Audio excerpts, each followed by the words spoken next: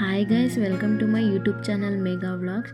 ಇವತ್ತಿನ ವಿಡಿಯೋದಲ್ಲಿ ನಾನು ನಿಮಗೆ ಚಿಕನ್ ಕಬಾಬ್ ಮಾಡೋದು ಹೇಗೆ ಅಂತ ತೋರಿಸ್ತೀನಿ. ಸೊ ಚಿಕನ್ ಅಂತೂ ಇಷ್ಟಪಡೋರಿಗೆ ಈ ಕಬಾಬ್ ಮಾಡಿಕೊಟ್ರೆ ಮತ್ತೆ ಮತ್ತೆ ಕೇಳಿ ತಿಂತಾರೆ. ಇದು ಮಾಡೋದು ತುಂಬ ಈಸಿ. ಇದಕ್ಕೆ ಬೇಕಾಗಿರೋಂಥ ಇಂಗ್ರೀಡಿಯೆಂಟ್ಸ್ನ ನೋಡೋಣ ಬನ್ನಿ. ನಾನಿಲ್ಲಿ ಫಸ್ಟ್ ಕಬಾಬ್ ಪೌಡ್ರು ಹಾಕೋತಿದ್ದೀನಿ. ನಾನು 1 kg ಚಿಕನ್ ಹಾಕಿ ಮಾಡೋದ್ರಿಂದ 2 ಪ್ಯಾಕೆಟ್ ಕಬಾಬ್ ಪೌಡ್ರು ಹಾಕೋತಿದ್ದೀನಿ.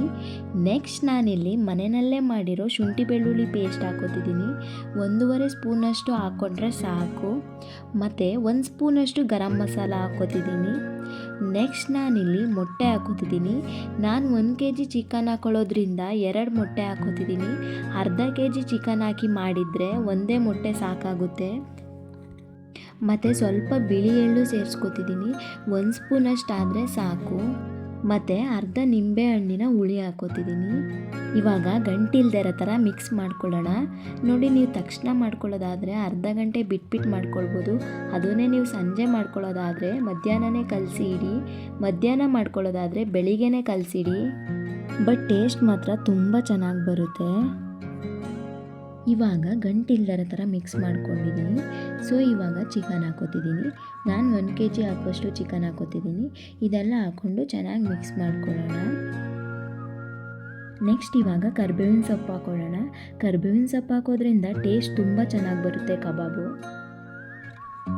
ನಾನಿವಾಗ ಒಂದು 1/2 hour ಬಿಡ್ತಿದ್ದೀನಿ.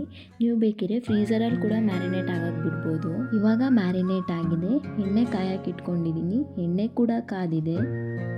ಆದರೆ ಎಣ್ಣೆ ಫುಲ್ ಕಾದಿರಬಾರ್ದು. ಯಾಕಂದರೆ ಫುಲ್ ಕಾದಿರೋವಾಗ ಹಾಕ್ಕೊಂಡ್ರೆ ಮೇಲೆ ಮಾತ್ರ ಕಲರ್ ಚೇಂಜ್ ಆಗಿ ಒಳಗಡೆ ಚಿಕನ್ ಬೇಯೋದಿಲ್ಲ.